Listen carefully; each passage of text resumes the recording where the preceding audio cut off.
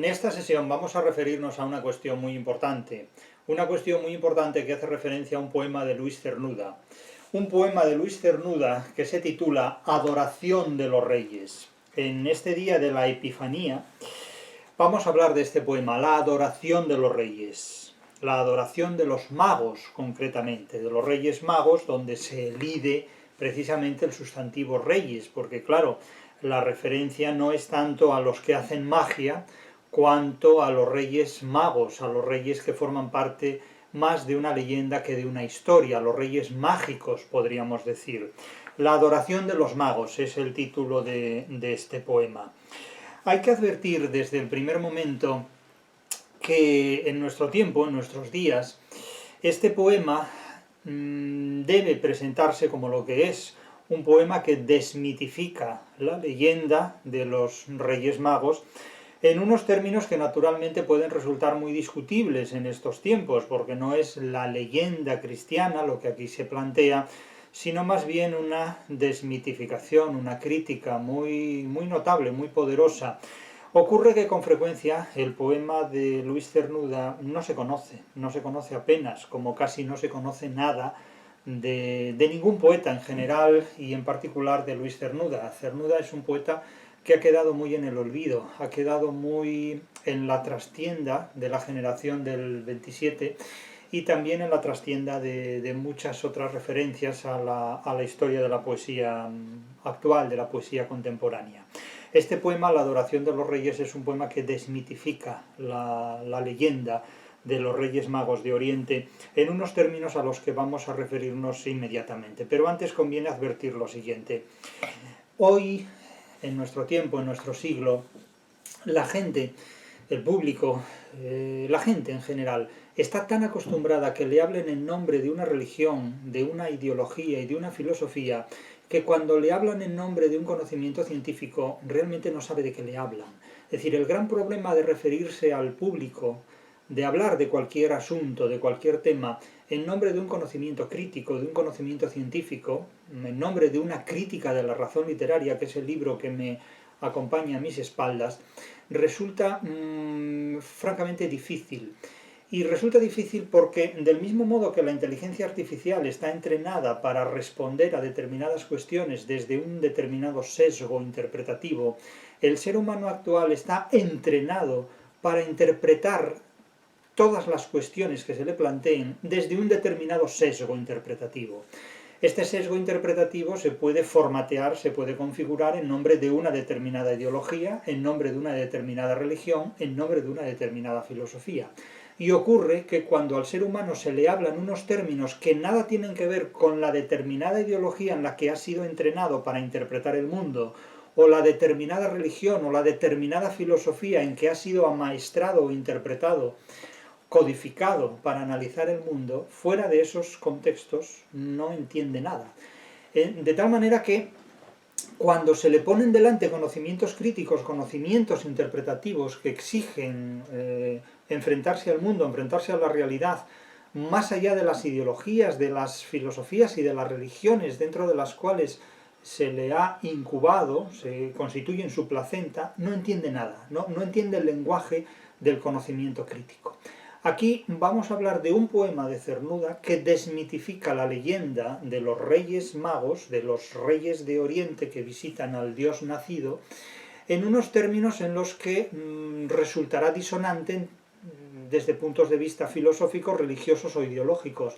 Pero no vamos a entrar en esas cuestiones, no vamos a hablar en nombre de ninguna religión, en nombre de ninguna filosofía y en nombre de ninguna ideología. Vamos a hablar en nombre de los conocimientos literarios de los que se dispone desde los presupuestos metodológicos de la crítica de la razón literaria. Por lo tanto, no vamos a ocuparnos ahora mismo de defender, no lo hemos hecho nunca, ninguna interpretación de la realidad que se apoye en filosofías, en ideologías, en religiones concretas, porque nosotros anteponemos a todo este tipo de puntos de vista un conocimiento crítico, un conocimiento científico, que es el que exigen los textos literarios desde los cuales interpretamos la realidad en la que vivimos y la realidad pasada. Sí hemos de decir también que para aquellas personas interesadas, el 12 de febrero, 2 días antes del Día de los Enamorados, el 12 de febrero, miércoles, estaremos en el Club de Prensa Faro de Vigo para presentar, junto con mi colega, la vicedecana de la Facultad de Filología y Traducción de la Universidad de Vigo, Inmaculada Naya, este libro, Una filosofía para sobrevivir en el siglo XXI. Ahí hablaremos de poesía y hablaremos también, tal vez también, de Luis Cernuda, pero sobre todo hablaremos de poesía, de filosofía y del siglo XXI para sobrevivir a muchas de las cuestiones que aquí se nos plantean.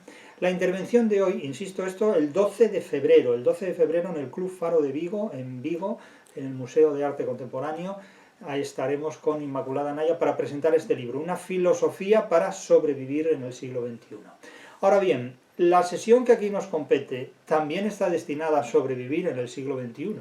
Una filosofía es una manera de ver las cosas, una forma de enfocar las cosas para sobrevivir ante ellas. Luis Cernuda en este poema muestra muchas preocupaciones, pero ya adelanto también una tesis muy importante. Ser inteligente consiste en saber vivir sin preocupaciones.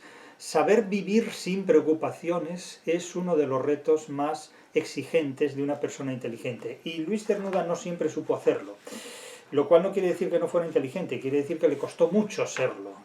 En este poema, Adoración de los Reyes, Cernuda trata de conjurar muchas de las preocupaciones y muchas de las decepciones con las que el ser humano se encuentra y a las que se enfrenta. Adoración de los Reyes Magos es un poema no corto, precisamente, que se puede interpretar, que se puede configurar como un drama en 5 actos. Es propio de algunos poetas escribir poemas que pueden dramatizarse, que pueden escenificarse. De hecho, el poema es un diálogo. Es un diálogo que incluso hace pensar en el auto de los Reyes Magos, donde una serie de personajes que representan a los magos salen a un escenario, pronuncian unas palabras, enuncian unos parlamentos que mantienen entre sí relaciones dialógicas, incluso relaciones dialogadas, no solo dialógicas, sino también dialogadas. Es como si pudiéramos ver una farsa medieval, una alegoría medieval en términos de siglo XX y hoy reinterpretada en términos de siglo XXI. Pero ¿qué nos dicen estos personajes? ¿Qué nos dicen estos reyes magos que visitan a un dios naciente de cuya divinidad dudan y de cuyo nacimiento también se permiten en muchos aspectos poner en cuestión asuntos fundamentales y dogmas fundamentales?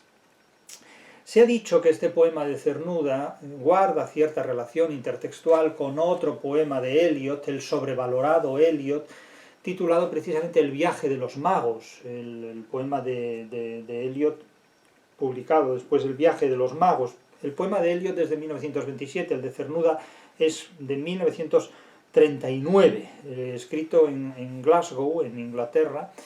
Puede mantener cierta relación, indudablemente, con el poema de Eliot, pero también puede mantener relación con el auto de los Reyes Magos de la época medieval. El planteamiento que le da Cernuda a la acción de estos Reyes Magos es muy distinta al del auto medieval y también muy distinta al poema de Eliot. Eliot es un autor muy sobrevalorado. Eliot es hoy día un autor que sirve para escribir libros hechizantes sobre crítica literaria, porque cualquier cita de Eliot queda muy bien en cualquier parte. Y de hecho con frecuencia suele decirse, por ejemplo, ¿no? Eliot es un poeta que muestra su preocupación ante la angustia de la existencia humana. Bien, pero esto puede decirse de Eliot, puede decirse de Papá Noel y puede decirse de Mallarmé o puede decirse de cualquiera, realmente. Es decir, son frases baúl que podría decir sobre todo pues Borges, Octavio Paz, Mario Vargas Llosa o el gato del vecino del tercero. O sea, quiero decir que esto son frases tan manidas y tan hechas que simplemente basta repetirlas y con ellas se puede construir un libro cualquiera. Es decir, hay mucha gente que escribe libros acumulando citas más o menos llamativas o más o menos interesantes de poetas y escritores de cualquier época. Es decir, el caso de Stefan Zweig es un ejemplo excelente en ese terreno, o el caso de Josh Stein. Es decir, son autores que escriben libros en los que lo mejor de lo que han escrito, de lo que está escrito en esos libros, son las citas que proceden de los escritores que citan realmente, ¿no? Pues sirven para llamar la atención. Entonces, este poema de la adoración de los Reyes Magos de Cernuda, que podría calificarse de drama en 5 actos, realmente, porque tiene 5 intervenciones, 5 secuencias. La última de ellas es diríamos, así lo titula, un epitafio, es decir, una inscripción mortuoria completamente, lo cual nos remite a un nihilismo, a una muerte realmente triste, realmente desoladora. De hecho, este poema que se inscribe primero en las nubes y que luego se recupera en la edición que Luis Antonio de Villena hizo de la desolación de la quimera, pues es realmente muy del siglo XX, muy de decepción ante la vida, de impotencia ante la vida. Es decir, es un poema que nos enseña que verdaderamente las personas inteligentes saben vivir sin preocupaciones, es decir, saben sortear las preocupaciones, saben hacerse compatible con ellas, pero no sucumbir a ellas. No son las preocupaciones las que gestionan su vida, sino que son las personas inteligentes las que gestionan las preocupaciones, que son dos cuestiones completamente diferentes.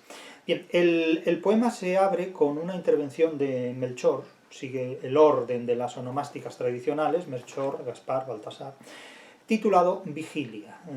Y Melchor dice lo siguiente: la soledad, la noche, la terraza.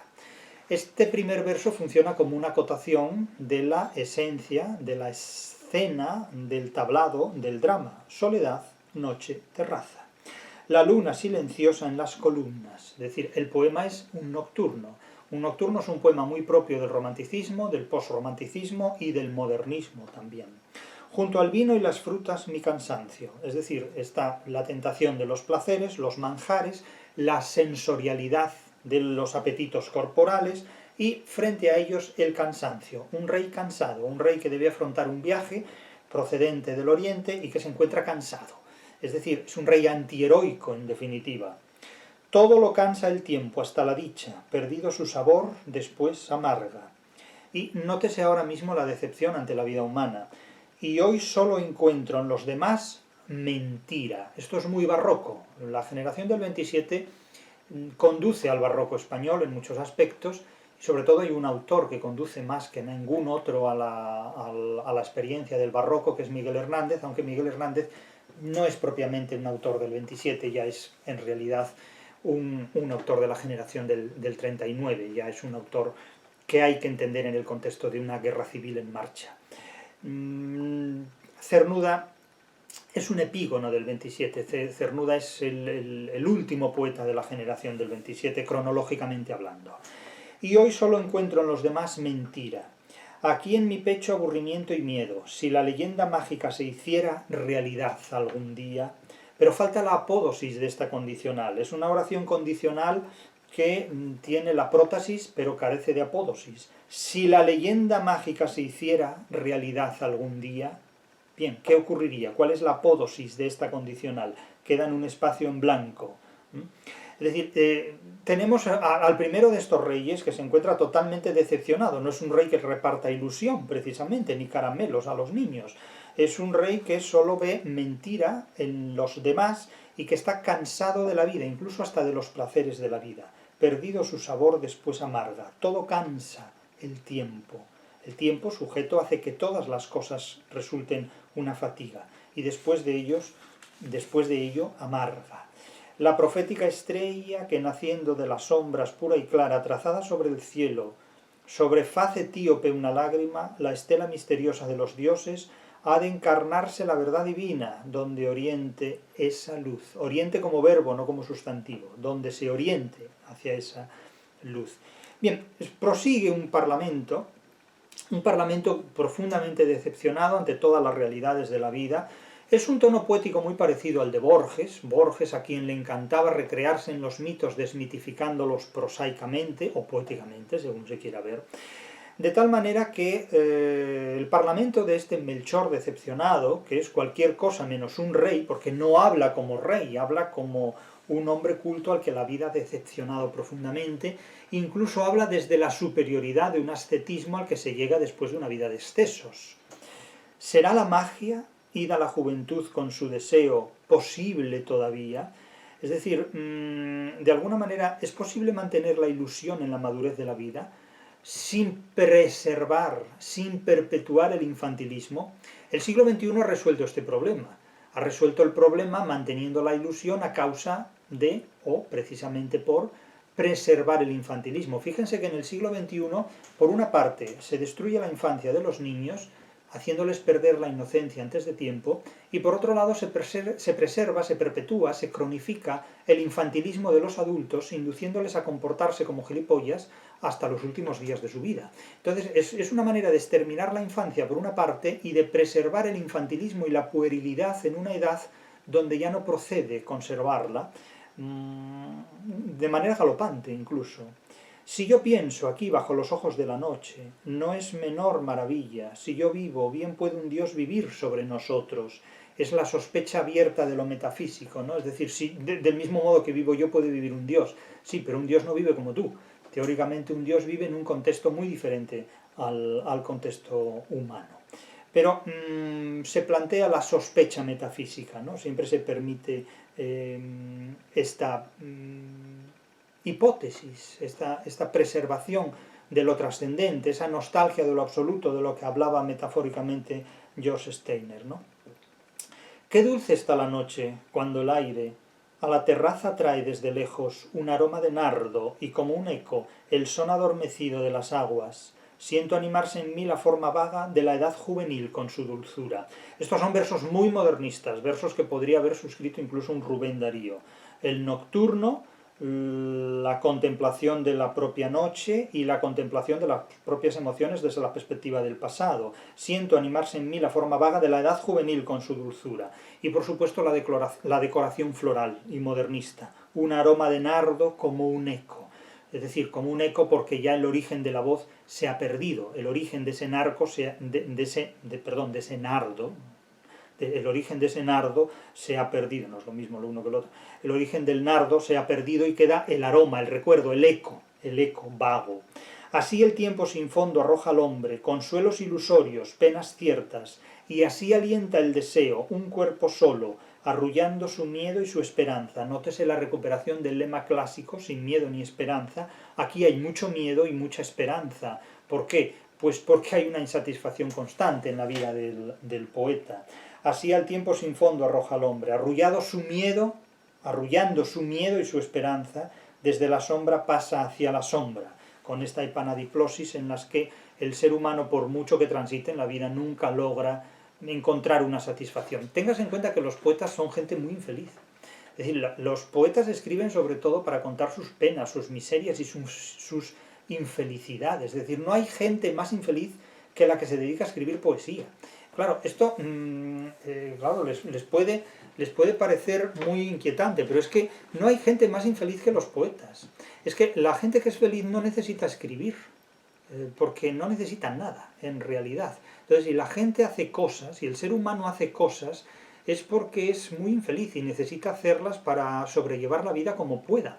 Entonces, bueno, hay gente que hace investigaciones científicas y dirán, bueno, entonces usted es muy infeliz porque usted ha escrito una obra en 20 tomos, en 7000 y pico páginas, es muy infeliz y tal y cual. Digo, bueno, pero yo la escribí con mucho optimismo, no se crean, yo, etcétera, etcétera, ¿no?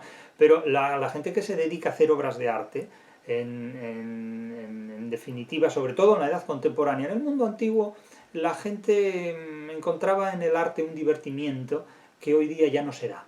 Pero pienso sobre todo en los poetas del siglo XX, que es por quienes digo esto. Los poetas del siglo XX han sido gentes muy infelices. Es decir, si ustedes se acercan a la poesía de Cernuda, verán que Cernuda es un autor que ha sufrido muchísimo. Es decir, en su poesía se nota un gran sufrimiento. No así, por ejemplo, en Jorge Guillén. Jorge Guillén tiene un libro que junto a Clamor se titula Cántico, es decir, es un libro de exaltación y de exultación de la vida, pero no todos los poetas son precisamente felices. La lírica del siglo XX es un canto al fracaso, es un canto al fracaso humano, es un canto a la infelicidad más absoluta, es decir, no hay nada más infeliz que un poeta, sobre todo que un poeta contemporáneo.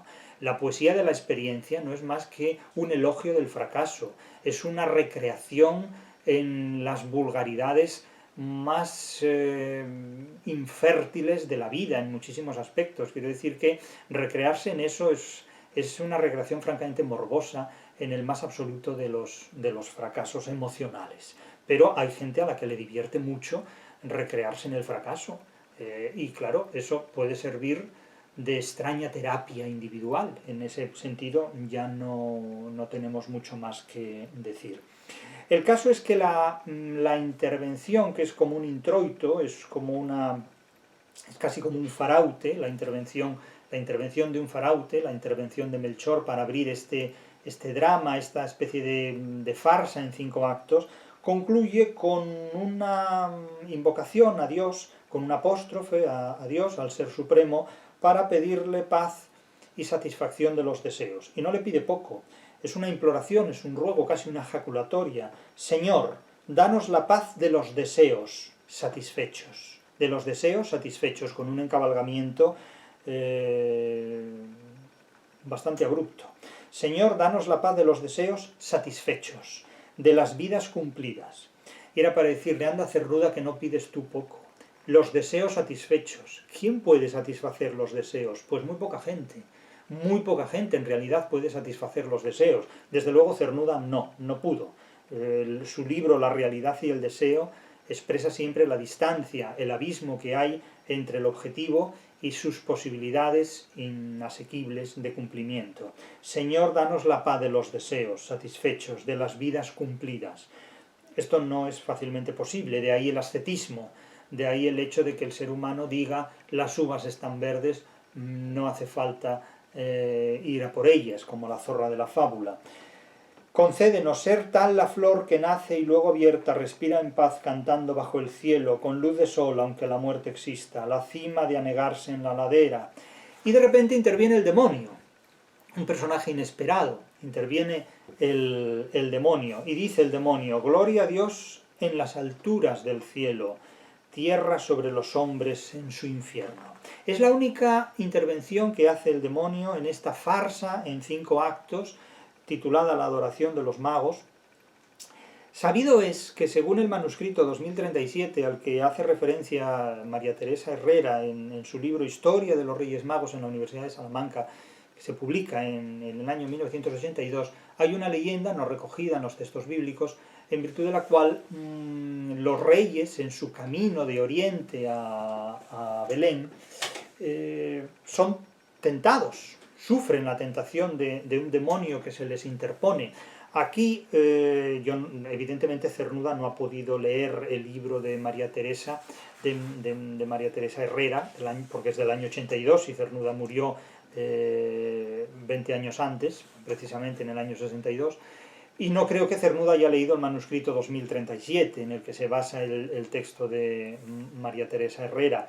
Pero evidentemente la tradición legendaria que identifica al demonio, a Luzbel, a ese personaje que luzbelinamente tienta a los magos en su camino a Oriente, tratando de disuadirles de la llegada del Mesías y de la visita a ese niño Dios, etc., pues está presente en esa tradición. Y aquí el demonio hace esta especie de pareado, de suave pareado asonante, gloria a Dios en las alturas del cielo, tierra sobre los hombres en su infierno, cielo, infierno, en definitiva, ese pareado asonante.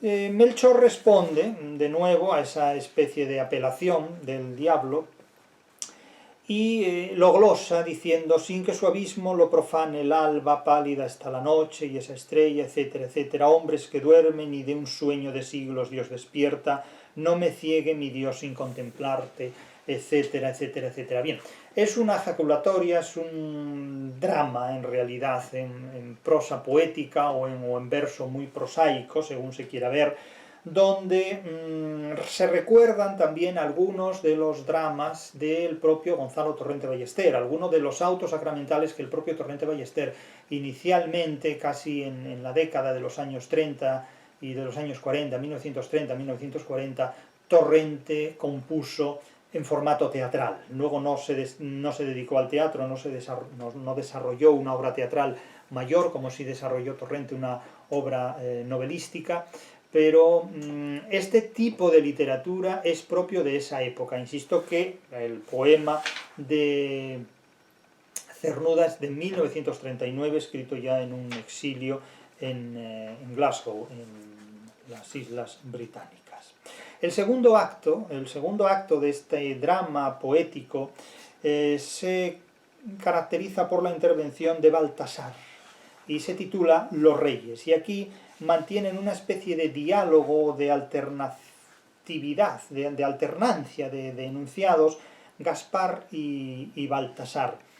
Es un diálogo de temas y de referentes alegóricos, donde, insisto, se desmitifica enormemente todo lo que fue el viaje de los magos. Estos reyes tienen poco de reyes y tienen poco de magos. Hace referencia esta intervención de Baltasar a los reyes como si fueran pastores, más que si fueran reyes, confundiéndose con el público, con las multitudes que los rodean en su peregrinaje, en su viaje, como pastores nómadas cuando hiere la espada del invierno. Tras una estrella incierta vamos, atravesando de noche los desiertos. Es decir, que son reyes que se identifican con lo más elemental, con lo más básico de la civilización o de las tribus o de los grupos humanos a los que pertenecen. Hay una depreciación de esta monarquía como pastores nómadas, se compara con los pastores nómadas. Acampados de día junto al muro de alguna ciudad muerta, donde aúllan chacales, mientras abandonada nuestra tierra sale su cetro a plaza para ambiciosos o charlatanes que aún exploten el viejo afán humano de atropellar la ley, el orden. Es decir, parece que los reyes, al protagonizar este viaje, han abandonado sus gobiernos, sus repúblicas, y ellos, reducidos a pastores, han dejado sus sociedades políticas en manos de cualquiera que pueda usurpar su cetro, su trono, su gobierno. El viejo afán humano de atropellar la ley, el orden. Eso es muy patente en todas las épocas, sobre todo en la época en la que también escribe Cernuda este poema, 1939. El viejo afán humano de atropellar la ley, el orden. Buscamos la verdad, aunque verdades en abstracto son cosa innecesaria. Aquí hay un desdén claro hacia la filosofía, evidentemente, hacia la filosofía como doctrina, como sistema de ideas. Buscamos la verdad, aunque verdades en abstracto son cosa innecesaria. A mí la gente que busca la verdad me hace mucha gracia, porque buscar la verdad implica que se puede encontrar.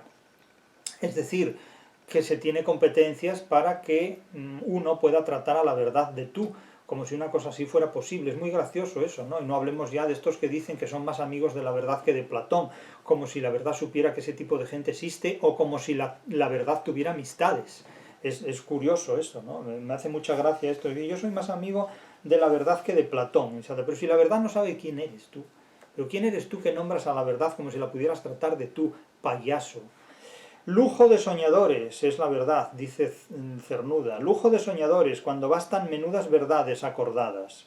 Mala cosa es tener el corazón henchido hasta dar voces, clamar por la verdad, por la justicia. No se hizo el profeta para el mundo, sino el dúctil sofista que toma el mundo como va. Guerras, esclavitudes, cárceles y verdugos. Esta es una gran declaración, es un gran verso. Todo esto es un verso, es decir, es un versículo. Un versículo que luego también tan presente, tanto explotará Vicente Alessandri en su obra poética. Pero fíjense que este verso, que es casi una esticomitia, es decir, un verso que enuncia un planteamiento parenético, no se hizo el profeta para el mundo, sino el dúctil sofista que toma el mundo como va. Guerras, esclavitudes, cárceles y verdugos. Es un largo verso, es un versículo casi, podríamos decir, bíblico. De hecho, el poema juega con la estructura del versículo bíblico. No se hizo el profeta para el mundo, sino el dúctil sofista que toma el mundo como va. Guerras, esclavitudes, cárceles y verdugos. Nótese que es un final tetramembre, no trimembre, como se suele recomendar en la retórica clásica, sino que hay 4 términos en lugar de 3. Y esta tetrarreferencialidad final, guerras, esclavitudes, cárceles y verdugos, remiten naturalmente a un campo semántico absolutamente desolador. Es decir, dejémonos de profecías y de chorradas de estas. Los profetas son sofistas. Claro, hoy no se habla de profecías, hoy se habla de geopolítica. Claro, no va a decir yo soy un profeta, no, yo soy un geopolítico. Pero cumplen la misma función que los profetas en momentos milenaristas de la historia. Es decir, profetizando siempre un fin del mundo. Ya digo que los geopolíticos nos hablan siempre del fin del mundo, que todos los días por lo menos seamos protagonistas de un fin del mundo, porque un día que transcurra sin que el mundo acabe es un mundo sin gracia y es un día sin gracia, evidentemente. Hay que ser protagonistas del fin del mundo por lo menos una vez al día, por lo menos una vez al día. Entonces, claro, todos estos geopolíticos que examinan el mundo desde el punto de vista del apocalipsis que va a acontecer al cabo de unas horas, pues evidentemente hay que ser testigo del apocalipsis, ¿no? Porque si no, la vida no tiene gracia. El problema es cuando venga para alguien el apocalipsis. Los apocalipsis son partitivos, no holísticos, es decir, afectan a seres humanos en particular, no a totalidades globales. Son cosas naturales y la verdad es sueño menos que sueño humo. Es decir, el escepticismo aquí por parte de Cernuda es absoluto, la insatisfacción es completa. Pero es que Cernuda es un poeta que no acaba de encontrar un momento satisfactorio en la vida, es decir, hizo de la poesía un flagelo, sobre sí mismo, más que sobre los demás, porque este tipo de poesía con frecuencia solo la comparten los sufridores, los que tienen vocación de sufridores, o los que, como es mi caso, la interpreta en los términos más objetivos posibles, en definitiva. No es necesario ser un sufridor para interpretar la poesía de los que sufren, basta simplemente ser un crítico literario, o alguien que haya hecho una interpretación de crítica literaria, nada más. Es decir, no es necesario ser mujer para dedicarse a la ginecología, ni ser hombre para dedicarse a la urología, ¿no? En principio, basta simplemente disponer de conocimientos de medicina para ejercerlos. Interviene aquí Gaspar. Gaspar está, como rey, está a otra cosa, mientras que Baltasar se hace preguntas metafísicas trascendentes, desmitificadoras de las verdades humanas. Gaspar está más atento a los placeres corporales y dice: amo el jardín, cuando abren las flores serenas del otoño, el rumor de los árboles, cuya cima dora la luz toda reposo, mientras por la avenida el agua esbelta baila sobre el mármol. En definitiva, está a otra cosa. Y a lo lejos se escucha entre el aire más denso un pájaro. Cuando la noche llega y desde el río un viento frío corre, sobre la piel desnuda llama la casa al hombre, echa voz tibia entreabiertos sus muros como una concha oscura.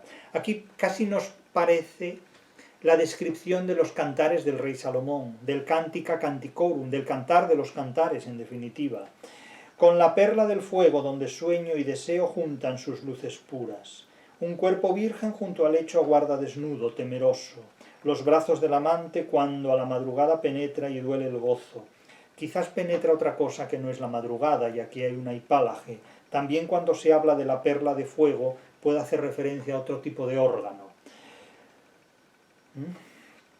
Hay órganos que no son estrictamente musicales. Un cuerpo virgen junto al lecho aguarda desnudo, temeroso. Los brazos del amante cuando a la madrugada penetra y duele el gozo. Evidentemente hace referencia a la sexualidad, no hace falta ir a ninguna parte para percibirlo. Esto es la vida, esta es la afirmación de la vida que tiene Gaspar. ¿Qué importan la verdad o el poder junto a esto? Vivo estoy, dejadme así pasar el tiempo en embeleso. Es decir, frente a la intervención de Baltasar, preocupado por la búsqueda de la verdad y desmitificarla después, Gaspar se entrega a los placeres materiales de la vida. O sea, déjenme disfrutar de la vida, déjenme penetrar la madrugada, y algo más que la madrugada también, en los brazos del amante. Y quédate tú con la verdad, sigue siendo tú amigo de la verdad y discute con la verdad todo lo que te dé la gana, y a mí me dejas vivir la vida, me dejas disfrutar de la vida. Vivo estoy. Esto es la vida, el disfrutar de los placeres sexuales, de los placeres sensoriales. Dejadme así pasar el tiempo en embeleso. Ese es el otro planteamiento que se hace. El primero, el de Baltasar, sería el planteamiento de los filósofos, ¿no? Filósofos como Tomás de Aquino en un convento, Spinoza en su celibato forzado o Nietzsche en los prostíbulos, en definitiva. Eso es el placer de la filosofía de Nietzsche, de Tomás de Aquino o de Spinoza. Gaspar se dedica más bien a otra cosa. El enunciado del rey Gaspar en esta farsa, en 5 actos. Y habla de nuevo Melchor. Melchor toma de nuevo la palabra para invocar de nuevo a Dios. No hay poder sino en Dios. En Dios solo perdura la delicia. El mar fuerte es su brazo, la luz alegre su sonrisa. Estos son evidentemente metáforas metafísicas. Metáforas completamente metafísicas. Dios es amor, Dios es sonrisa, Dios es delicia. Dejad que el ambicioso con sus torres alzadas oscurezca la tierra. Es decir, Baltasar representa la filosofía, Melchor la teología y Gaspar la realidad de la vida orientada a los placeres, esencialmente. Esos son los tres portavoces que tiene este poema. Melchor representa la filosofía confesional, es decir, la teología. La teología es filosofía bajo el bastidor, bajo la mano de la religión. Es decir, la teología es la religión que mece la cuna de la filosofía, en definitiva. De hecho, la filosofía o habla de religión, o habla de política, de ideología concretamente, o habla de autoayuda. Ya saben que la diferencia entre política e ideología es muy clara. La política es la organización del poder. La política es la administración de la libertad. Eso es la política. La ideología es la organización emocional de la ignorancia colectiva. Son dos cosas completamente diferentes. No se puede confundir la política, la organización de la libertad, la administración del poder, con la ideología. La ideología es la organización emocional de la ignorancia colectiva, básicamente. Esa es la ideología. De esto antes se ocupaba la religión, a través de diferentes sectas. Los arrianistas, los dulcinistas, los anabaptistas, es decir, diferentes credos religiosos que organizaban las emociones colectivas en nombre de la religión. Hoy día la religión no organiza casi nada, lo organizan las ideologías. Pero la política es otra cosa. La ideología es lo que hablan aquellos que carecen de poder político, aquellos que no tienen poder político. Los que tienen poder político no pueden perder el tiempo con ideologías. Tienen que organizar la libertad de los seres humanos, tienen que gestionar el poder de los seres humanos. Para ello, naturalmente, cuentan con la manipulación ideológica, pero no creen en las ideologías, las utilizan. Del mismo modo que el arúspice no cree en la superchería, pero la utiliza para hacer creer a los demás que está en posesión de la verdad. Esa es otra cuestión, muy diferente. Es decir, Celestina, en la obra de Fernando de Rojas, puede creer en la magia, Fernando de Rojas no. El sofista hace a otros creer en la impostura, pero él no cree en la impostura. Él cree en el poder de la manipulación a través de la impostura. Son dos cosas completamente diferentes. Una cosa es creer en el engaño, en el poder del engaño, y otra cosa es vivir engañado. Son dos cosas completamente diferentes. El sofista engaña, pero no cree en el engaño. El sofista miente, pero no cree en la mentira. Son dos cosas completamente diferentes. El que cree en la mentira es su público. Entonces Melchor sigue con sus divinidades, con su teología. Pastos serán del huracán, con polvo y sombra confundiéndolas. Esa es la maldición que lanza, ¿no? Dejad que el lujurioso bese y muerda, espasmo tras espasmo. Allá en lo hondo siente la indiferencia virgen de los buenos castrados. De los buenos castrados, no es un epíteto, de los buenos que han sido castrados, no de los castrados buenos, ¿me entiendas de la cosa? ¿Por qué os doléis, oh reyes, del poder y la dicha que atrás quedan? Aunque mi vida es vieja, no vive en el pasado, sino espera los momentos más dulces, cuando el alma regale la gracia y el cuerpo sea al fin risueño, hermoso e ignorante. Pues nada, sigue esperando, Melchor, sigue esperando. Allí donde brilla desnuda la verdad, nada se necesita. Allí donde brilla desnuda la verdad. ¿Y dónde brilla allí desnuda la verdad? Claro, son lugares utópicos, lugares fantásticos, metáforas metafísicas, religiosas, teológicas, de un idealismo completo, ¿no? Donde se exalta el ascetismo que no se practica. Abandonad el oro y los perfumes, que el oro pesa y los aromas aniquilan. ¿Se imaginan ustedes que este lema aparezca en la bolsa de Nueva York o en la bolsa de Ámsterdam o en la bolsa de cualquier rico? Abandonad el oro y los perfumes, que el oro pesa y los aromas aniquilan. Bueno, es lo mismo que si decimos, dejad de comer carne, que ya habrá más para mí. Pues es el planteamiento que hay, ¿no? Dejad de respirar el aire, que ya quedará más para mí. Abandonad el oro y los perfumes, que así quedará más oro y más perfume para mí. En definitiva es el planteamiento, ¿no? Mientras haya ascetas, pues evidentemente el rey Midas tendrá más mercancía en el ajuar de sus mansiones. Baltasar le responde, en plan filosófico, pero no teológico, dice: antífona elocuente, retórica profética de raza quien escapa con el poder de la vida. Pero mi pueblo es joven, es fuerte y diferente del tuyo, israelita. Le dice esto, nada más y nada menos, le dice esta advertencia. Y Gaspar replica a lo suyo, de nuevo con el cántico de los placeres. Si el beso y si la rosa codicio, indiferente hacia los dioses todos, es porque beso y rosa pasan, son más dulces los efímeros gozos. Es decir, que Gaspar se sigue recreando en los placeres de la vida, en el carpe diem, aprovecha el placer mientras es posible disponer de él porque después no volverá.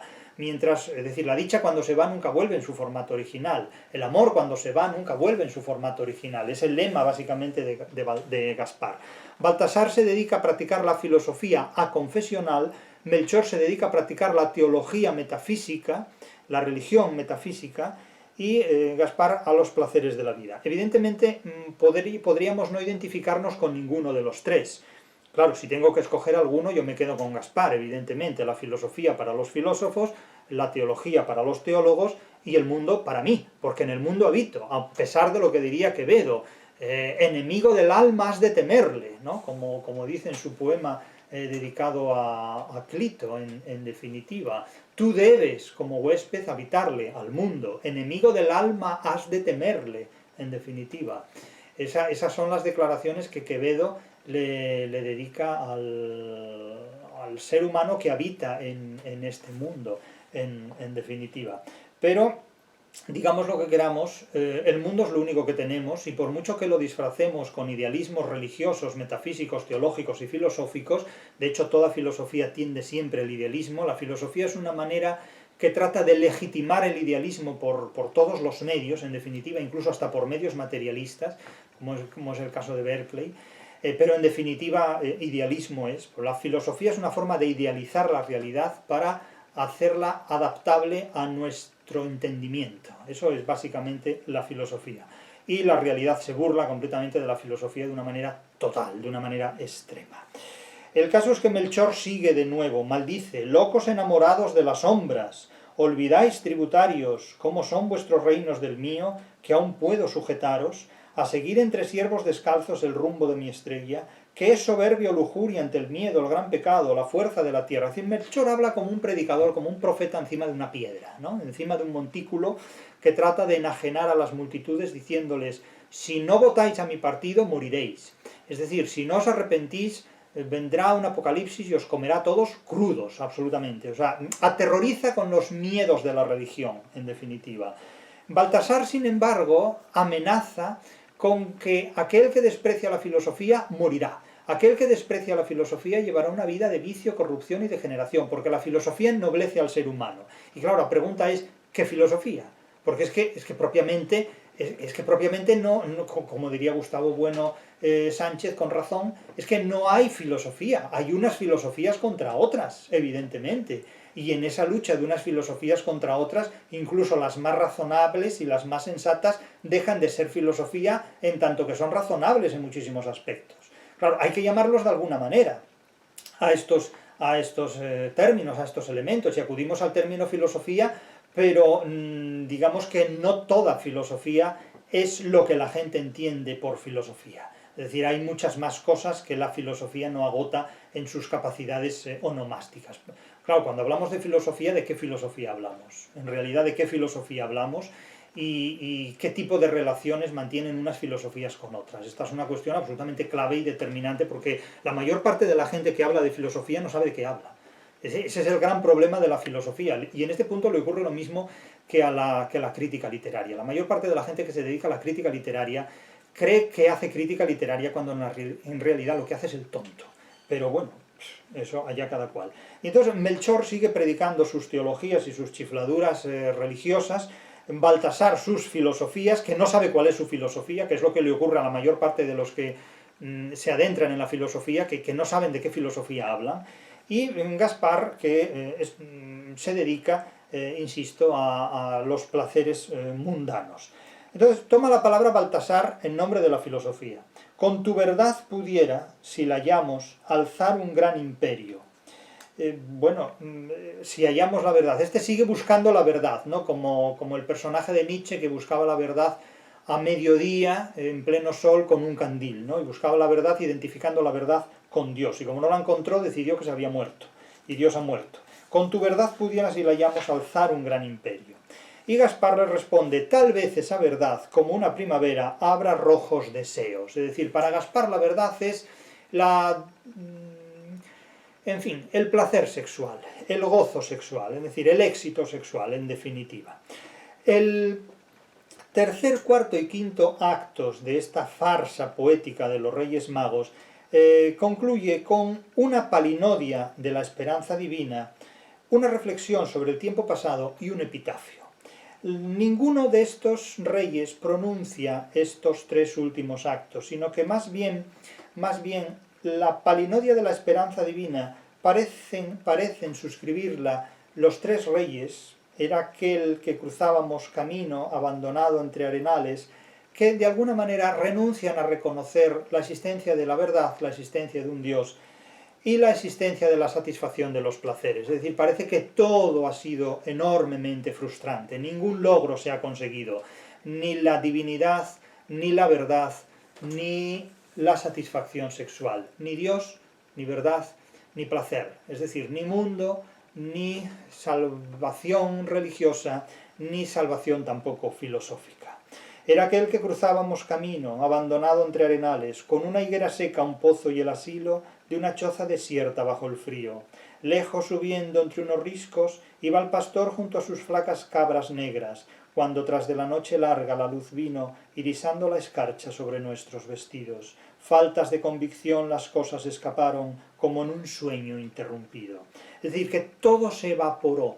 Todos los objetivos, las ilusiones, los deseos dieron lugar a un camino vacío, desdibujado, a un mundo muerto, a cabras flacas y negras, es decir, a un mundo de muerte y desolación de la quimera, como en definitiva desemboca toda la poesía de Cernuda. Padecíamos hambre, gran fatiga, al lado de la choza hallamos una viña, donde un racimo quedaba todavía, seco, que ni los pájaros lo habían querido, nosotros lo tomamos. Es decir, comen miserias, comen la última miseria que desprecia hasta el último resto biológico. De polvo y agrio vino el paladar tenía. Era bueno el descanso, pero en inquietud la indiferencia del paisaje aísla, y añoramos la marcha, la fiebre de la ira. Vimos la estrella hacia lo alto. Es decir, siguen en su camino, pero sin ningún tipo de ilusión, totalmente desmotivados, podríamos decir, ¿no? Los líderes que son esclavos de élite. Yo cuando leo un texto y me encuentro con la palabra líder, dejo de leer, porque ya sé que no me va a decir nada. Líder es un esclavo de élite, ni más ni menos. Si ustedes quieren ser esclavos de élite, con su pan se lo coman.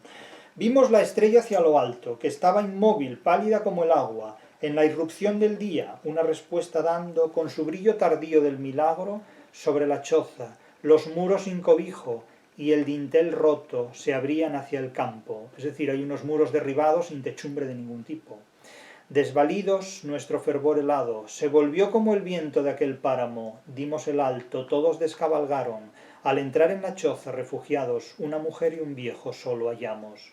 Pero alguien más había en la cabaña, un niño entre sus brazos la mujer guardaba.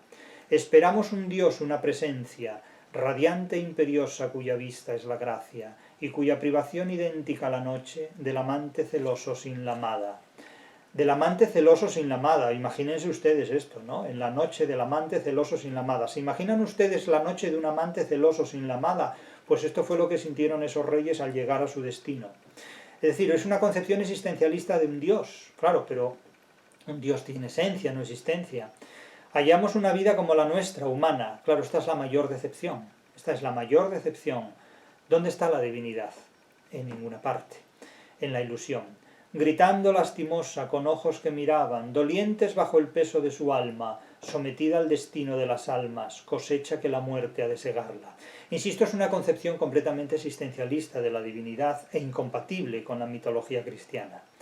Nuestros dones, aromas delicados y metales puros, dejamos sobre el polvo. El polvo es el cuerpo del recién nacido, en definitiva, que es polvo y al polvo volverá. Según el planteamiento del poema de Cernuda, no según la mitología cristiana. Dejamos sobre el polvo tal si la ofrenda rica pudiera hacer al Dios, Dios con minúscula, escribe el Cernuda, pero ninguno de nosotros su fe viva mantuvo. Claro, reyes magos sin fe no son reyes magos, aquí radica la máxima desmitificación de la leyenda. y la verdad buscada sin valor quedó toda. Es decir, la verdad que se buscaba quedó toda sin valor, nótese el hiperbatón. Y la verdad buscada sin valor quedó toda. No es que se buscara sin valor la verdad, o que se buscara una verdad sin valor, es que la verdad buscada quedó toda sin valor. Ahí es el hiperbatón el que debe cuestionarse, es decir, es un nihilismo sin fe. El mundo pobre fue enfermo oscuro, añoramos nuestra corte pomposa, las luchas y las guerras, es decir, que vuelven de nuevo a lo que fueron, la cabra tira al monte, en definitiva. O las salas templadas, los baños, la sedosa, carne propicia de cuerpos aún no adultos. Claro, este verso, carne propicia de cuerpos aún no adultos, claro, remite naturalmente a pederastia, indiscutiblemente. Es decir, que hoy día hasta podría censurarse un verso así. Carne propicia de cuerpos aún no adultos. O el reposo del tiempo en el jardín nocturno. Y quisimos ser hombres sin adorar a Dios alguno. Esta es la tesis fundamental del poema de Cernuda. Quisimos ser hombres sin adorar a Dios alguno. También podríamos decir, y quisimos ser hombres sin adorar a reyes ninguno. También podríamos decir esto, depende que identifiquemos, si el rey de reyes o el Dios de los hombres. Y quisimos ser hombres sin adorar a Dios alguno. Sí, eso es lo que queremos ser. Personas que no tengan que adorar a ninguna otra como si fuera una divinidad, sea rey o papa. Eso es lo que queremos, básicamente. De nada nos sirve suprimir una religión si después aparecen otras creencias, otras ideologías que son más imperativas o más inquisidoras incluso que las antiguas religiones. De nada sirve haberse liberado de dioses ancestrales para restaurar dioses políticos que son tan feroces o más o tan crudelísimos como los anteriores. De nada sirve quitar una religión para poner otra bajo el disfraz de una ordenación política. Para mí son tan perniciosas las órdenes recibidas por antiguas creencias que por modernas creencias. Me dan igual los dogmas, vengan de donde vengan, sean en nombre de la filosofía, en nombre de la religión o en nombre de la política. Me quedo con este verso de Cernuda. Y quisimos ser hombres sin adorar a Dios alguno, pero yo lo pondría en presente. Queremos ser hombres y mujeres sin adorar a Dios alguno. Eso es lo que queremos ser. Queremos tener una independencia de pensamiento. Por esa razón es completamente ridícula la ilustración, porque no se puede confiar en un sistema de pensamiento, el ilustrado, por ejemplo, que gritando a voz en pecho, sapere aude, atrévete a saber, nos conduce precisamente al pietismo más radical del protestantismo. Es decir, nos conduce sobre todo a la salvación de lo peor de la metafísica del mundo antiguo, en el encofrado de la filosofía kantiana, en definitiva. ¿De qué sirve ser independiente y pensar por sí mismo si al final resulta que nos encierran con el candado de todos los prejuicios religiosos de un protestantismo o de una religión actualmente renovada bajo el código de la posmodernidad? Eso no nos conduce absolutamente a ninguna parte. Si queremos ser hombres y mujeres que no adoren a Dios alguno, hemos de reemplazar filosofías, religiones e ideologías por conocimientos críticos y científicos. Esos que cuando se ponen ante la mente de la gente del siglo XXI, la gente no sabe lo que son, porque amaestrados como están y adoctrinados por religiones, ideologías y filosofías, cuando se les habla de conocimientos críticos y científicos, no saben de qué les hablan. Sucede ahora, en el cuarto acto, una reflexión sobre el tiempo pasado, una nostalgia. Les ahorro la lectura para no alargar la intervención. Pueden leerla en el poema de Cernuda ustedes directamente y disfrutarán directamente de ello. Esta ya es una secuencia que nos remite a la poesía de la experiencia, un antecedente claro de la poesía de la experiencia, de la evocación. Eran, sobre la choza eran pastores de una mujer y de un hombre sin hogar ni dineros, un hijo blanco y débil les dio la madrugada, el grito de las bestias acampando en el llano resonó con las voces en extraños idiomas y al entrar en la choza descubrieron los reyes la miseria del hombre de que antes no sabían. Descubrieron la miseria del hombre del que antes no sabían. Miseria de la que antes tampoco sabían. Es decir, esta intervención es ya propia de un narrador que parece haber contemplado toda la escena y que en términos de distanciamiento, de extrañamiento, de esos términos que Bertolt Brecht creyó haber inaugurado él cuando ya están presentes en toda la filosofía de Cervantes, este extrañamiento, este distanciamiento, Luego, como quien huye, el regreso emprendieron. Es decir, es un narrador que épicamente describe el fracaso. También los caminantes pasaron a otras tierras, con su niño en los brazos. Nada supe de ellos. Soles y lunas hubo, joven fui, viejo soy. Es decir, aquí apela, digamos, al respeto que exige la experiencia vivida, los años cumplidos. Gentes en el mercado hablaron de los reyes, uno muerto al regreso de su tierra distante, otro perdido el trono, esclavo fue o mendigo, otro a solas viviendo, presa de la tristeza. Es decir, el acabamiento de estas monarquías ha sido atroz, ha sido terrible. Buscaban un dios nuevo y dicen que le hallaron. Yo apenas vi a los hombres, jamás he visto dioses. ¿Cómo ha de ver los dioses un pastor ignorante? Mira el sol desangrado que se pone a lo lejos. Quien dice esto es el narrador poético de este poema, un narrador incluso en el teatro, un nuevo Faraute que va clausurando la intervención. Este poema de Cernuda es mucho más valioso de lo que la gente cree. El problema es que a Cernuda no lo lee, como a casi todos los poetas valiosos, no los lee nadie, no los lee casi nadie ya. Pero fíjense ustedes, esto podría decirlo Miguel Hernández. ¿Cómo ha de ver los dioses un pastor ignorante? Este es el mejor epitafio que Luis Cernuda pudo haberle escrito a la tumba y a la memoria de Miguel Hernández. Todo un homenaje a la poesía de Miguel Hernández en un verso acaso inconsciente de Luis Cernuda. ¿Cómo ha de ver los dioses un pastor ignorante?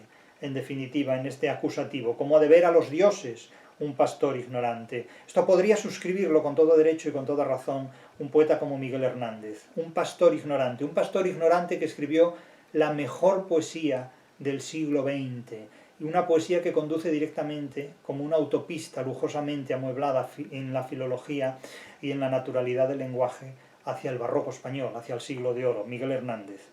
Mira el sol desangrado que se pone a lo lejos. Es decir, un día que muere herido, ¿no? Y llegamos finalmente al epitafio, un epitafio tremendamente nihilista en el acto quinto de esta secuencia. La delicia, el poder, el pensamiento, aquí descansan. Es decir, Melchor, Gaspar y Baltasar. La delicia se identificaba con Gaspar, los placeres del mundo. El poder divino, el poder teológico político con Melchor. Y el pensamiento, esa vana búsqueda de la verdad bajo el nombre de filosofía que se identificaba con Baltasar. Es decir, es un poema alegórico, casi es un drama alegórico, una farsa alegórica en 5 actos. La delicia, el poder, el pensamiento, es decir, los reyes magos, Melchor, Gaspar y Baltasar, aquí descansan. Ya la fiebre es ida, la ilusión es ida, el entusiasmo ha perecido, ha muerto. Buscaron la verdad, pero al hallarla no creyeron en ella. Ahora la muerte acuna sus deseos, saciándolos al fin. No compadezcas, su sino, más feliz que el de los dioses, sempiternos arriba. Es decir, el poema de Cernuda condena de alguna manera a los dioses, si es que existen, a la infelicidad más absoluta, como a los reyes los ha condenado en este mundo terrenal y humano.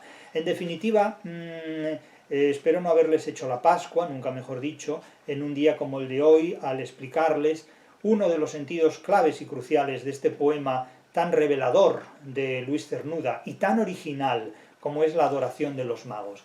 El mito de los Reyes Magos ha tratado de descalificarse y de desautorizarse en nombre de las ideologías posmodernas y contemporáneas, y muchas personas se asustan como si esto hubiera ocurrido ahora por vez primera. Lleva ocurriendo muchos años. Lo que sucede es que, como ustedes no conocen desmitificaciones de épocas anteriores, se asustan ante la primera de las desmitificaciones con las que se encuentran, pero esto ha ocurrido desde que el mundo es mundo y desde que hay reyes y desde que hay magos y desde que hay leyendas, mitos y contramitos.